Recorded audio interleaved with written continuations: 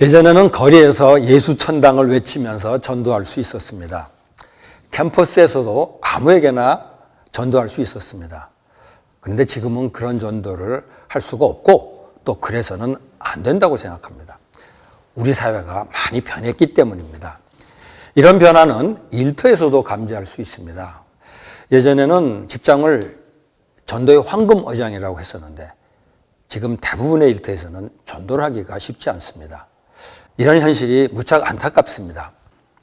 그런데 이거는 우리나라만의 문제가 아닙니다. 지금 유럽은 물론이고 미국과 같은 나라에서 이런 탈기독교화의 물결이 거세게 밀어닥치고 있습니다. 이것은 한편으로는 물론 안타깝지만 다른 한편으로는 초대교회의 상황과 비슷해진다는 점에서 새로운 기회라고도 할 수 있을 겁니다. 지금까지 해왔던 전도 방식은 더 이상 지속하기가 어렵습니다. 그러나 대신에 초대교회 방식으로 전도해야만 하는 상황이 되었습니다. 그러면 어떻게 전도를 해야 할까요? 첫 번째, 종교적인 활동으로서의 전도는 하지 말라는 겁니다. 그 대신 일상의 삶을 통해서 하는 겁니다. 우리 사회가 점점 종교에 대해서 적대적인 사회가 되어갑니다. 그렇기 때문에 종교적인 활동으로서 전도에 대해서 부정적입니다. 우리 사회가 그런 종교 활동을 금지하는 분위기가 확장되는 것 같습니다. 거리나 공공장소는 물론 이미 대학 캠퍼스에까지 확장이 되고 세속의 모든 영역으로 확장이 되고 있습니다. 일터도 예외가 아닌 것 같습니다. 이런 상황에서 핍박을 받더라도 전도해야 하지 않을까 생각할 수 있지만 그것은 종교, 특히 기독교에 대한 적대감을 일으킬 수 있습니다. 그러나 그만다고 해서 전도를 하지 못하는 것은 아닙니다. 종교적인 활동으로서의 전도가 아니라 일상적인 삶으로 전도를 할 수 있습니다. 삶에서 자연스럽게 나타나는 전도죠. 1차적인 것은 말이나 행동에서 사람들에게 좋은 영향을 미치도록 하는 겁니다. 그래서 크리스찬에게 긍정적인 감정을 갖도록 하고 궁금증이 생기도록 하는 것입니다. 그런 사람들에게 자연스러운 대화 속에서 복음을 전하는 것입니다. 베드로전서 3장 15절에 보면은 그리스도를 믿는 믿음으로 거룩하게 살면 누군가 소망에 관한 이유를 물어올 수 있는데 그런 사람에게 온유와 두려움으로 대답해 주는 것입니다. 초대교회는 사람에게 삶의 방식으로 메시지를 전했으므로 사람들은 그들이 전하는 메시지를 들었던 것입니다. 지금 한국 사회는 점점 이런 전도가 필요한 것 같습니다.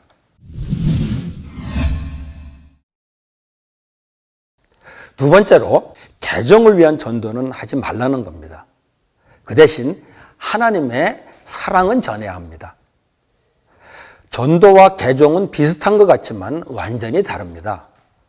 전도는 복음을 공개적으로 정직하게 선포하여 듣는 이로 하여금 복음에 대해 온전히 자유롭게 결단하게 하는 것입니다. 개종은 다른 사람들이 우리 중 하나가 되도록 우리 종교를 받아들이도록 강요하는 시도입니다. 개종을 요구하는 것을 느끼는 순간 상대방은 불쾌한 느낌을 갖게 됩니다. 지금 우리는 다원화 사회에 살고 있기 때문에 다른 사람에게 나의 종교를 강요하는 것은 때로 무례한 행동이 될 수도 있습니다. 그러므로 종교적인 논쟁은 절대 피하는 것이 좋습니다. 디모데후서 2장 23절 24절에 보면은 어리석고 무식한 논쟁은 피하고 온유함과 인내로 대하라고 했습니다. 초대교회가 있었던 로마 제국도 종교적으로 다원화된 사회였습니다. 초대교회는 다른 종교를 비난하거나 공격하는 대신 하나님의 사랑이 얼마나 큰지를 보여주었습니다. 그래서 하나님이 세상을 이처럼 사랑하사 독생자를 주셨다고 전도했습니다. 그리고 실제로 사랑했습니다. 이것이 지금 우리가 해야 될 전도가 아닐까 생각합니다. 그러니까 전도하기 위해서 사람을 사랑하는 척하기보다는 사랑으로 복음을 전하는 것입니다.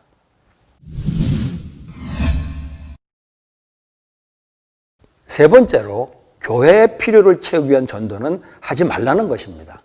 그 대신 이웃의 필요를 채우는 전도를 해야 합니다. 교회의 프로그램이나 성장 목표를 이루기 위해서 전도를 강조하게 됩니다. 심지어는 교회의 빈자리를 채우기 위해서 전도를 하기도 합니다. 또 전도자의 전도 성과를 이루기 위해서 전도를 하기도 합니다. 심지어는 전도왕을 목표로 전도하는 경우도 있다고 합니다. 이런 것은 교회를 종교기업으로 변질시킬 수 있고 전도자들을 종교적인 세일즈맨으로 만들기도 합니다. 이런 동기로 하는 전도는 대상자들이 뭔가 이용당한다는 느낌을 받게 될 수 있습니다. 예수님은 이 땅에 계실 때 사람들의 필요를 채우는 일에 헌신했습니다. 그래서 예수님은 회당에서 가르치시고 복음도 전했고 병자들을 고치기도 했습니다. 그리고 이 방식을 그대로 초대교회도 이어받았습니다. 우리도 먼저 주변 이웃의 필요를 채우는 일부터 시도해야 됩니다. 빵이 필요한 이들에게 빵을 주고 친구가 필요한 이들에게 친구가 되어주고 그리고 복음이 필요한 이들에게 복음을 전해 줘야 될 것입니다. 그러므로 우리들이 하는 전도가 우리들의 필요를 위해서 하는 것인지 정말 이웃의 필요를 위해서 하는 것인지를 심각하게 생각해야 될 것입니다.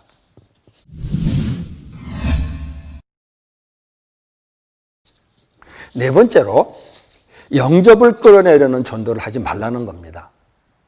그 대신에 성령님께 의지하는 전도를 해야 합니다. 복음을 전하는 것은 사람이 하지만 믿게 되는 것은 성령의 역사입니다. 그러니까 전도를 해서 예수를 믿게 된 것은 사실 성령의 역사입니다. 그런데 전도를 하다 보면은 상대방이 믿음을 갖도록 하기 위해 설득하기도 하고 쉽게 받아들일 수 있도록 인간적으로 할 수 있는 다양한 방법을 동원하기도 합니다. 그렇기 때문에 나중에 자기가 그 사람을 예수 믿게 했다고 말하기도 합니다. 그런 식의 전도는 상대방의 기분을 언짢게 할 수도 있겠지만 성령님의 기분을 나쁘게 만들 수도 있습니다. 초대교회 왕성한 전도의 역사를 기록한 사도행전을 보면은 주인공은 사람이 아니라 성령님이신 것을 볼 수 있습니다. 믿음을 갖게 되는 것은 사람의 설득이 아니라 성령의 역사임을 잊어서는 안 됩니다. 그러므로 성령님이 역사하시도록 기도로 준비해야 됩니다. 상대방이 하나님 말씀에 관심을 갖도록 도와주면서 성령이 그들의 마음 문을 열도록 기도해야 될 것입니다.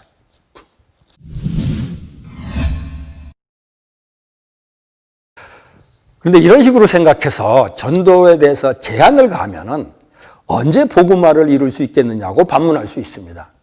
그런데 주님은 우리에게 세상을 복음화하라고 명하신 적이 없습니다. 우리에게 복음의 증인이 되라고 했을 뿐입니다.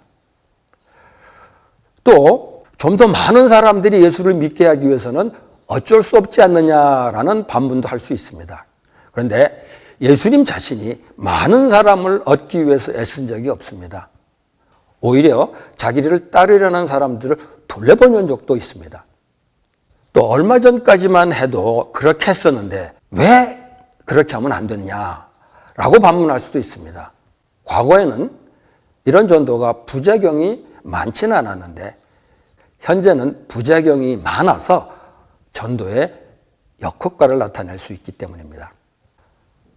그러지 않아도 요즘 성도들이 전도를 하지 않는데 이러다가 아예 전도에 무관심하게 되지 않겠느냐라고 반문할 수도 있겠습니다. 그런데 전도의 동기를 부여하기 위해서는 바르게 전도하는 것을 가르쳐 주어야 된다고 생각합니다. 요약하면 전도는 종교적인 활동이 아니라 일상의 삶이 되어야 됩니다. 전도는 개종을 위해서 하는 것이 아니라 사랑하기 때문에 하는 것입니다. 전도는 우리의 필요를 위해서 하는 것이 아니라 이웃의 필요를 위해서 하는 것입니다. 전도는 내가 설득하거나 강요하는 것이 아니라 성령이 역사하는 것입니다.